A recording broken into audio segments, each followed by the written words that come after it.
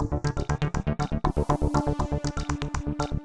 Rose Stanley, and this is World at Work TV. We're here at the World at Work Future of Work Forum, and I'm here with Kristen Stockton and Jennifer Sabatini Fraone, and we're talking about how to engage the new workforce. So let me first start with you, Jennifer, and if you could summarize what the goal of your study was in terms of the emerging workforce. Sure, thank you, Rose.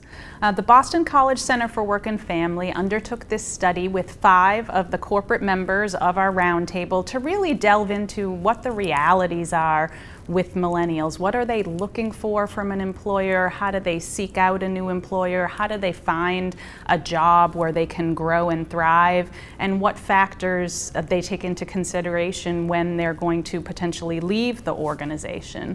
So we really wanted to dig deeper. There's a lot of data and there are a lot of stereotypes out there about millennials, but we wanted to learn directly from them what their priorities are, what their values are, and hopefully utilize that to help the employers that we work with determine what sort of initiatives and programming will be most effective and most appealing to that generation. So what did you find in that study in terms of what did encourage engagement from these millennials? One of the biggest factors that was somewhat of a surprise to us was the magnitude of the impact that manager support had on the job satisfaction of the millennial employees. There was really a direct relationship between a feeling that your manager cares about your well-being and your job satisfaction. So if, for instance, if an employee felt like their manager did not care about their well-being, they were highly likely to have a low job satisfaction, and if they were feeling that their employer did care about them, they had a very high level of job satisfaction. So that was one of the findings that was most pronounced, and I think really tells us that we need to empower and enable our managers to really be good people leaders. Another factor that was very significant was the impact of having good career navigation skills on workers finding a good work-life fit within their organizations. So if they had a good network of people around them, if they knew what their values were and what they were really seeking in a long-term career, they were more likely to find a place where they could grow and thrive and have a really good career life fit. You actually mentioned something during your presentation that I found rather interesting. In looking at the millennials, and they're in their 20s right now, some of them, and comparing it to the baby boomers when they were in their 20s. So is there really a difference with millennials versus the baby boomers? Well, it will be interesting. So what I referred to in the presentation was some data from the Bureau of Labor Statistics looking at the younger end of the boomer generation and how much during their 20s they also moved around to different jobs. So one of the data points that was most striking to me was between the ages of 25 and 29, those boomers had an average of 2.9 jobs, which meant that they were moving around, maybe stayed at a job a year or two at the most in order to achieve that average. And it will be interesting over time to look at the millennials when they get a little bit older and reflect back on those statistics to see if they really are job hoppers. Our study actually indicated that they felt it would be more beneficial to their careers to stay with one organization for a longer period of time. So I guess a good question to kind of ask, because they are a very large group coming into the workforce, is are they really different from our current workforce? So when it comes to the perspective on job hopping, I think that moving from job to job may be more indicative of the phase you are at in your career rather than the generational piece. And I think we just need to be cognizant of that many of us, I'm a Gen Xer, baby boomers, when they were early in their career, they hadn't found the exact right fit within an organization or within a job. So they did move around a bit. So it will be interesting to see as time goes on if the millennials in fact do seem to move around more. But one thing that we reflected on when looking at this data was a lot of what the millennials are looking for actually would be positive for all generations in the workplace. They're looking for a trusting work environment. They're looking for work-life balance. They're looking for the flexibility to pursue having a very meaningful career, but also a life outside of work. So we're seeing a lot of what millennials are looking for that perhaps Generation Xers and Boomers also would like, but they haven't felt like they're empowered to speak up about it. And because this generation is so large, they really have a voice that could potentially change the workplace as it is today. Well, and I also am wondering if they're probably bringing in different types of skills and needs just based on where they are in history today in terms of technology and things like that. So we're probably, as organizations, having to really take that into consideration as they come into our workforces. Yeah, I mean, millennials are so savvy with technology that I don't think it's even comprehensible to them that you would have to sit in a physical office between the hours of 8:30 and 5 p.m. in order to get your job done. They have all the tools at their disposal to be able to be innovative, creative, collaborative at a distance. And so I think they bring that spirit with them into the workplace, and they want all their peers to be able to use those tools to more effectively get their work done as well. So Kristen, talk to me about KPMG and how you guys go about attracting and retaining the millennial workforce. Thank you, Rose. At KPMG, we want to be the clear choice, and we emphasize how we are the clear choice through telling our KPMG story. And I think that's one of the important components to attracting, retaining, developing a future generation of leaders in our workforce is being really clear on your purpose and being able to articulate your story. Our KPMG story has a rich history of developing and growing careers, and it's driven by the intense desire to be the clear choice for our clients and in the marketplace, and having the workforce that has the skills and the capabilities to meet the ever-changing demands that our clients are facing in this complex and global marketplace that they operate in. Brings it all full circle.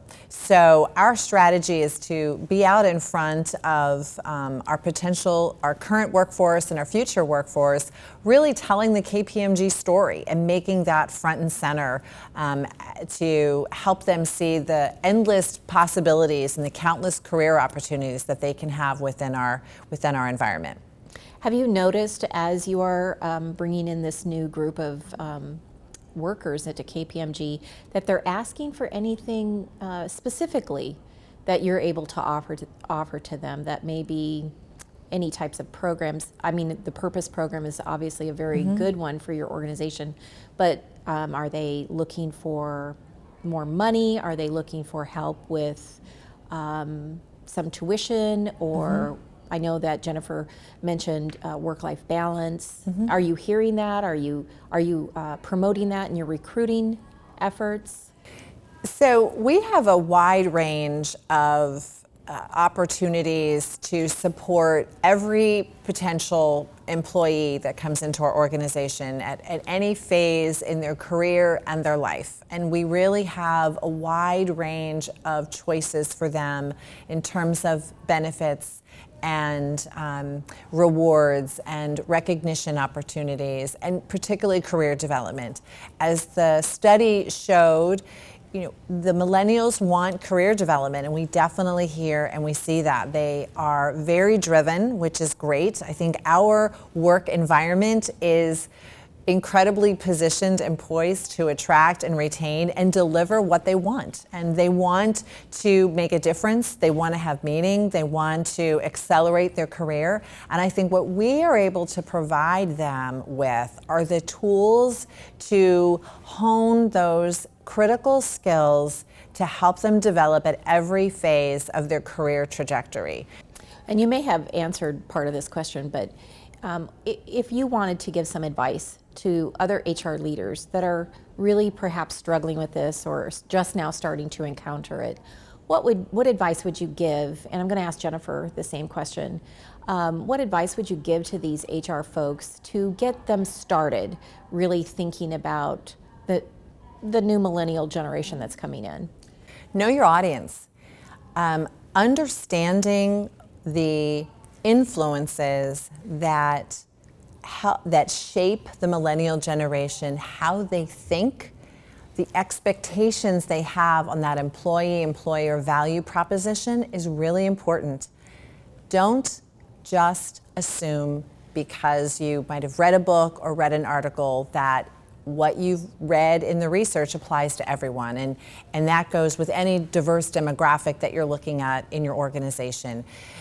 Really understand that one size fits one, and you can't put people into those different buckets. So the first thing I would recommend is really make sure that you are aware of your audience and what their needs are, that you spend time looking at your employee engagement surveys, that you talk and engage with each of those sectors of your demographics in your organization and really get to know them. And then parlay that on top of best practices that are out there by connecting with other organizations that you get at a Future at Work forum, at World at Work, or other organizations, professional organizations, and learn from what others are doing. I think creating that awareness inside the organization is critical. I speak often to groups within KPMG about generational diversity. And it's not that you have to change everything about your organization and what you do to fit this particular generation, because 9 times out of 10, you already have the bones there. You have the framework, you have the structure. You just have to understand how to communicate it, how to package it for the different audiences that you're trying to attract and retain and develop, and help them see their vision for themselves in what you already offer. And by doing that analysis, I think you can align with your stakeholders in a much more strategic way than simply feeling that you have to reinvent and repackage and redo all of the programs or benefits that you already have. Jennifer? Yeah, I think a couple of things that come to mind are that career growth and development, and really offering opportunities and offering the visibility of those opportunities to new entries into your workforce so that they can understand that they can grow and thrive and learn new skills and try working in new areas until they find the right fit for them. And the company wants to make the commitment to help them stay and grow there. I think another thing that, Kristen, you mentioned a little bit, but just looking at how you're communicating what you already have Absolutely. In terms of benefits, solutions, and really the bigger picture, communicating the overall culture of the organization and what your mission is so that people can really identify with that mission. They can see themselves as part of that big picture and contributing to that big picture in some way, and really feel like they can thrive within the organization. And making sure leadership is helpful to them as well. Absolutely. Yes. Absolutely. I think you need to really leverage the leaders that you have in your organization to help tell the story. People connect with other people, and the millennial generation is no different than any other generation. And while they are those digital natives who are connecting in social media, they're connecting and they're talking to their parents, they're talking to their friends, they're looking at that corporate brand and reputation out on social networking sites. And so you have to understand your brand presence as a company. What is being talked about your company? Who's telling your corporation's story? And how can you be a part of telling your own story in your own way and leveraging those mechanisms that are out there that your potential recruits or your current employees are visiting and looking at? Where are your leaders telling the corporate story? And I would say not limited to the senior leadership in the organization, but anyone who has people management responsibilities, Yes. because they're really the ones reflecting the day-to-day culture to each individual employee. So making sure that those middle-level managers are really on board and are communicating the culture in a way that's really positive. Thanks, Kristen. Thanks, Jennifer. Great insight. For World at Work TV, I'm Rose Stanley.